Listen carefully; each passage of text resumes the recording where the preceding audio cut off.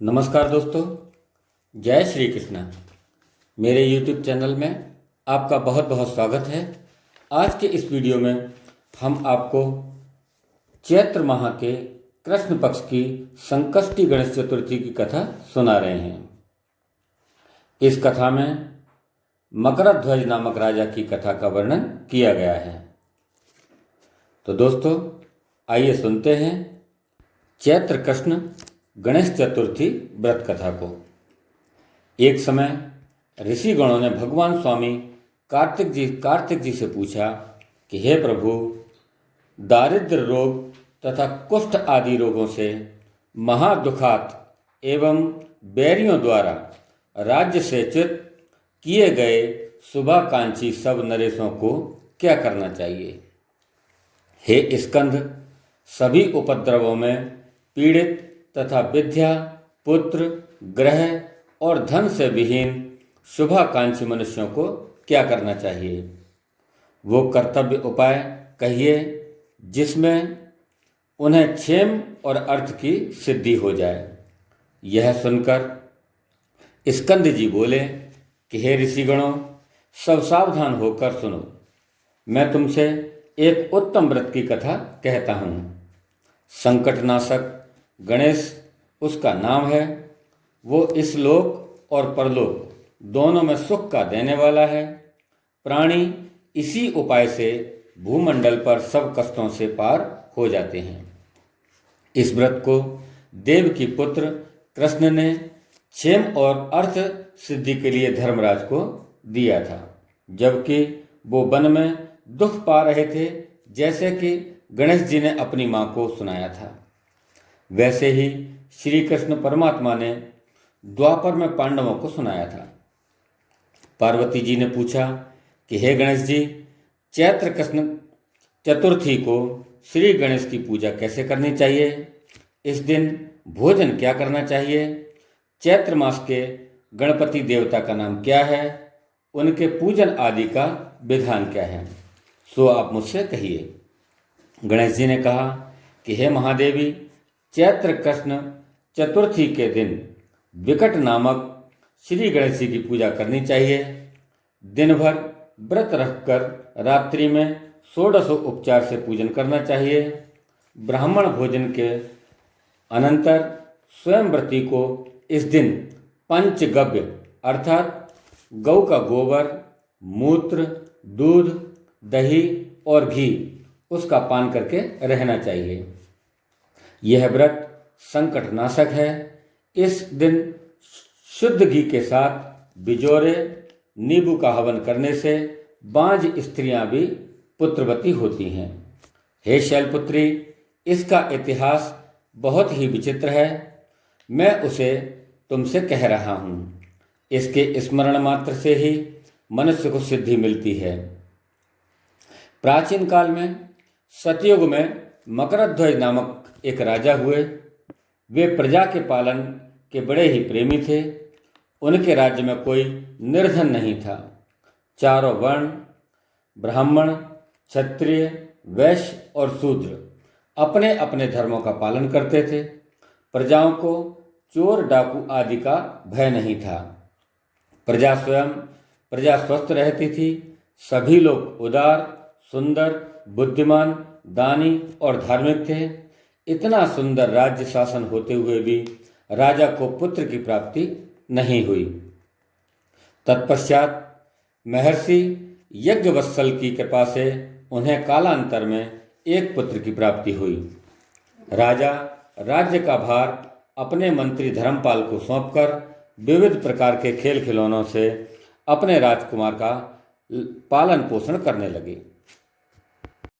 राज्य शासन हाथ में आ जाने से मंत्री धर्मपाल धन धान्य द्वारा समृद्ध हो गए। मंत्री महोदय को एक से बढ़कर एक 5 पुत्र हुए। मंत्री पुत्रों का धूमधाम के साथ विवाह हुआ और वे सब धन का उपभोग करने लगे। मंत्री के सबसे छोटे लड़के की बहू अत्यंत धर्मपरायण थी। चैत्र कृष्ण चतुर्थी आने पर उसने भक्तिपूर्वक गणेश जी की पूजा की। उसका पूजन और व्रत देखकर उसकी सास कहने लगी कि अरे, क्या तंत्र मंत्र द्वारा मेरे पुत्र को वश में करने का उपाय कर रही है। बार बार सास के निषेध किए जाने पर भी जब बहू न मानी तो सास ने कहा कि अरे दुष्टा, तू मेरी बात मान रही है या मैं पीट पीट कर तुझे ठीक कर दूंगी। मुझे यह सब तांत्रिक अविचार पसंद नहीं है।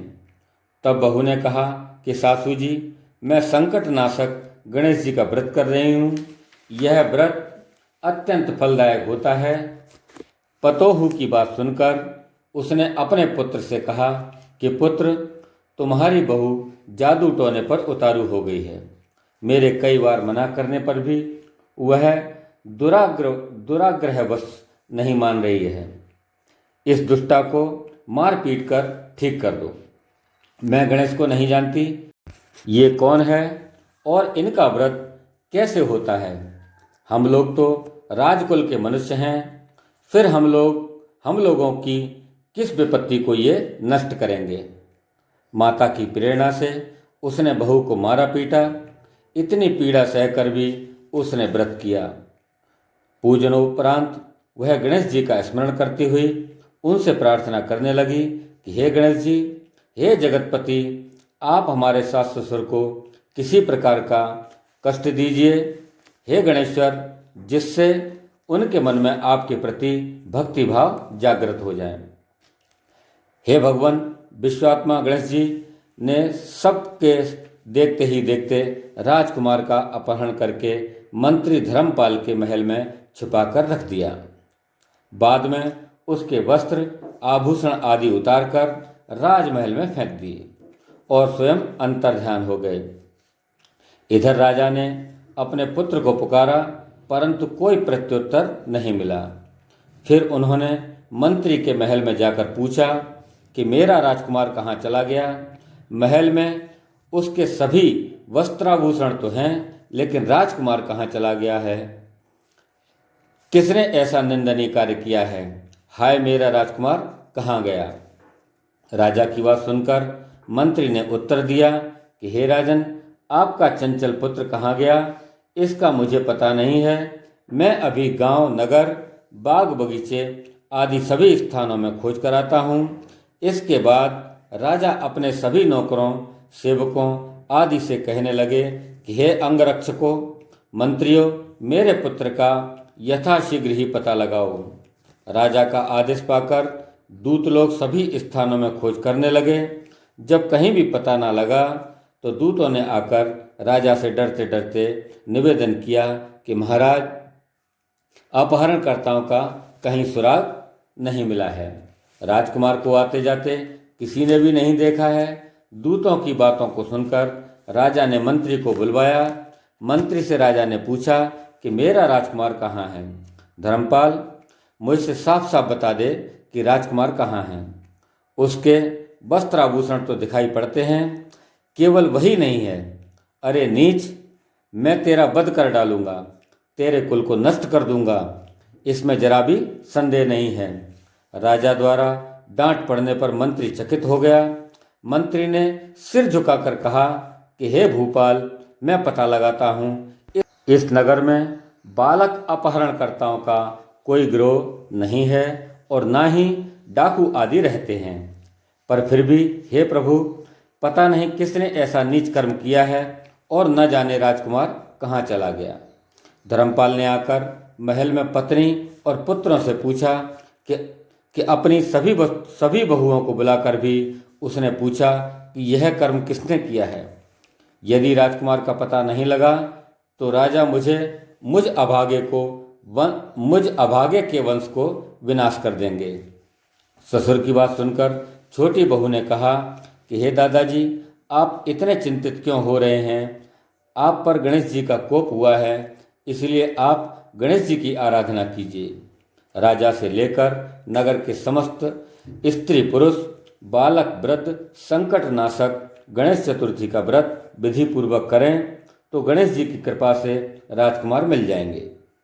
मेरा वचन कभी मिथ्या नहीं होगा।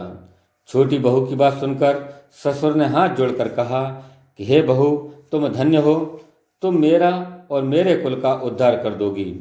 गणेश जी की पूजा कैसे की जाती है, हे सुलक्षणा मुझे बताओ। मैं मंदबुद्धि होने के कारण व्रत के महात्म को नहीं जानता हूँ।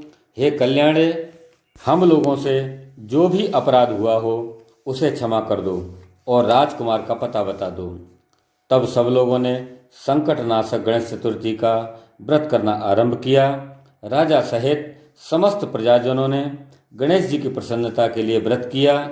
इससे गणेश जी प्रसन्न हो गए और देखते ही देखते उन्होंने राजकुमार को प्रकट कर दिया। राजकुमार को देखकर नगरवासी आश्चर्य में पड़ गए। सब लोग बहुत प्रसन्न हुए। राजा के हर्ष की तो सीमा ही नहीं रही। राजा कह उठे, गणेश जी धन्य हैं और साथ ही मंत्री की कल्याणी पतोहू भी धन्य है, जिसकी कृपा से मेरा पुत्र यमराज के यहाँ जाकर भी लौट आया। अतः सब लोग इस संतानदायक व्रत को निरंतर विधि पूर्वक करते रहें। श्री कृष्ण जी ने राजा युधिष्ठिर से कहा कि हे राजा युधिष्ठिर, त्रिलोक में इससे बढ़कर कोई दूसरा व्रत नहीं है। हे कुरुकुल दीपक, आप भी अपने क्लेशों के शमनार्थ इस व्रत को अवश्य कीजिए। श्री कृष्ण जी के मुख से इस कथा को विस्तार पूर्वक सुनकर युधिष्ठिर ने बड़े ही भक्तिभाव से चैत्र कृष्ण चतुर्थी का व्रत किया और गणपति जी की कृपा से अपने खोए हुए राज्य को पुनः प्राप्त कर लिया। बोलिए श्री गणेश जी महाराज की जय। तो दोस्तों, यह थी चैत्र कृष्ण पक्ष गणेश चतुर्थी व्रत की कथा। आपको कैसी लगी हमारी यह कथा, आप हमें कमेंट बॉक्स में जाकर अवश्य लिखें। साथ ही साथ हमारे इस वीडियो को लाइक करें, शेयर करें और आप हमारे चैनल पर नए हैं तो हमारे चैनल को सब्सक्राइब अवश्य करें। धन्यवाद। जय गणेश।